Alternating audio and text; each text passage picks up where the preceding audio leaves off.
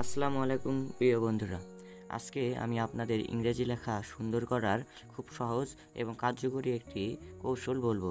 এটা আপনার হাতের লেখা যতই খারাপ হোক না কেন, সেটা এই নিয়মে লিখলে সুন্দর হতেই হবে। সো প্রথমে আমি আপনাদের লিখে দেখাচ্ছি। এখানে আমি লিখছি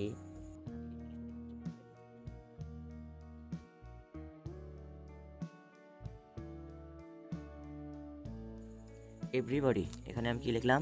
এভরিবডি। এখন আমরা এই যে লেখা সবসময় অনেকে বেশ এটা অনেক উপরে তুলে দেয়, নিচেরটা নিচে নেমে দেয়। এখানে তিনটা স্কেচ ফলো করতে হবে। একটা হচ্ছে আপার স্কেচ, মানে এখান থেকে উপরের যে অংশটা এটা হচ্ছে আপার স্কেচ, এটা হচ্ছে মিডল স্কেচ অ্যান্ড এটা হচ্ছে লো স্কেচ। ঠিক আছে, আমাদের আপার sketch, low sketch, middle sketch. এখানে দেখতে পাচ্ছেন এই যে ওয়াইয়ের যে নিচের লেস বা মাথাটা, এটা আমরা দুটোরই এক সমান দিয়েছি। এই লো স্কেচ সবগুলো লেখার সময় লো স্কেচটা এক সমান রাখতে হবে। তারপরে যে এটা হচ্ছে মিডল স্কেচ, এই মিডল স্কেচটা দেখতে পাচ্ছেন সবগুলোর এক সমান রয়েছে, অ্যান্ড আপার স্কেচটাও সবগুলোর এক সমান রয়েছে। এটা আমরা লেখার জন্য এটাকে সবসময় সমান রাখতে হবে। এর জন্য আপনারা এটাও করতে পারেন, এরকম ফর্স কলম দিয়ে দুটো করে চিকন চিকন দাড়ি দিয়ে এগুলোর মাঝখানে এইভাবে লিখতে পারেন।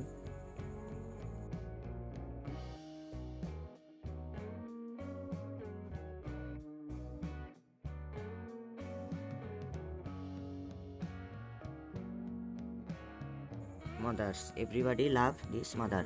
এই লেখাটা যে আমি লিখলাম, এখানে খেয়াল করে দেখুন আপার sketch, low sketch, middle sketch সবগুলো কিন্তু একদম এক সমান রয়েছে।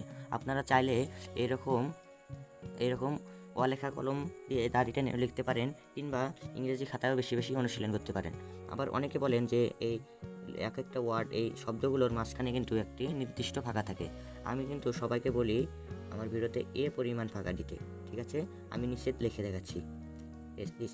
মাদার, MOTHE আর মাদার, এখানে দেখতে পাচ্ছেন পরিমাণ ফাঁকা রইল। ঠিক আছে, পরিমাণ। এবার আপনারা অনেকে প্রশ্ন করতে পারেন যে এই শব্দ লেটারগুলোর মাঝে কি পরিমাণ ফাঁকা রাখতে হয়।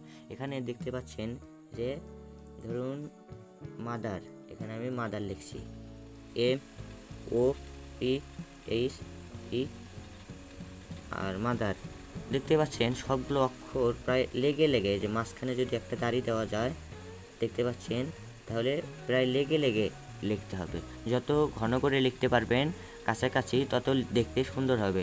এবং খেয়াল রাখতে হবে আপার স্কেচ, মিডল স্কেচ এবং লোয়ার স্কেচ সবসময় সমান রাখতে হবে। ঠিক আছে, এর জন্য আমি আরেকবার আপনাদের লিখে দেখাচ্ছি। এর জন্য আমরা ইংরেজি খাতায় লিখব, ঠিক লেখার চেষ্টা করব, তাহলে আমাদের লেখাটি সবসময় এমন সুন্দর ও সমান হওয়ার সম্ভাবনা থাকে। ঠিক আছে, এর জন্য আমি ইংরেজি খাতায় আপনাদের লিখে দেখাচ্ছি।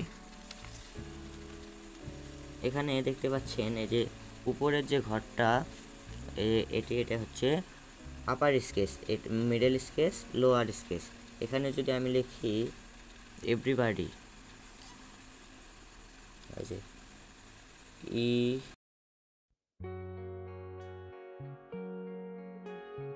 এভরিবডি, এখানে দেখতে পাচ্ছেন আপার, এটা হচ্ছে মিডল স্কেচ। মিডল স্কেচ একদম সমান, সবগুলো লেখায় সমান করে লিখতে হবে, ভরাট করে করে।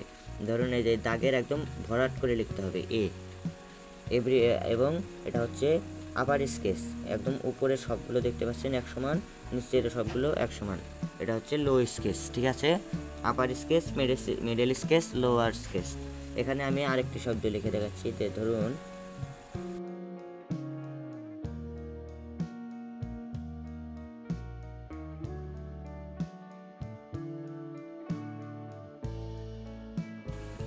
কি লিখলাম আমি এখানে, মাই নেম ইজ মুরাদ সরকার। এই মায়ের দেখুন মিডল স্কেচ MY, এই মিডল স্কেচটা কিন্তু একদম এক সমান হয়েছে লো স্কেচ। এখানে নেম ইজ মুরাদ, এই যে লো স্কেচ দেখুন সবগুলোর আপার স্কেচ এক সমান এবং মিডল স্কেচও এক সমান। আমাদের এই নিয়মে লিখলে আপনার হাতের লেখা যেমনই হোক না কেন, সকলেই এই নিয়মে লিখলে সুন্দর বলবেই। এখানে আমি আরেকটি সেন্টেন্স লিখে দেখাচ্ছি। যেমন ধরুন যে আবার আমি এভরিবডি লিখছি,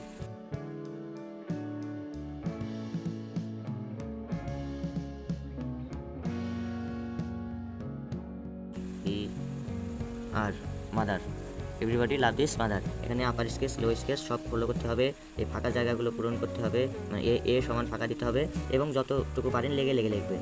দেখুন একটা করে দাগ দিলে 1 দাগ পরিমাণ ফাঁকা দিতে হবে শুধুমাত্র, এবং চেষ্টা করতে হবে আমাদের অক্ষরগুলো সমান রাখতে। আবার অনেকে এই ভুলটাও করেন যে এই যে বড় হাতের যে ধরুন এইরকম এবং ছোট হাতের যেটা কি এইরকম হবে না এইরকম নেমে যাবে, এটাও অনেকের সন্দেহ। যদি আপনারা চান এই রকম সমস্যা থেকে সমাধান পাওয়ার জন্য আমি একটি ভিডিও ছাড়তে পারি, আপলোড দিতে পারি, কমেন্টে জানান।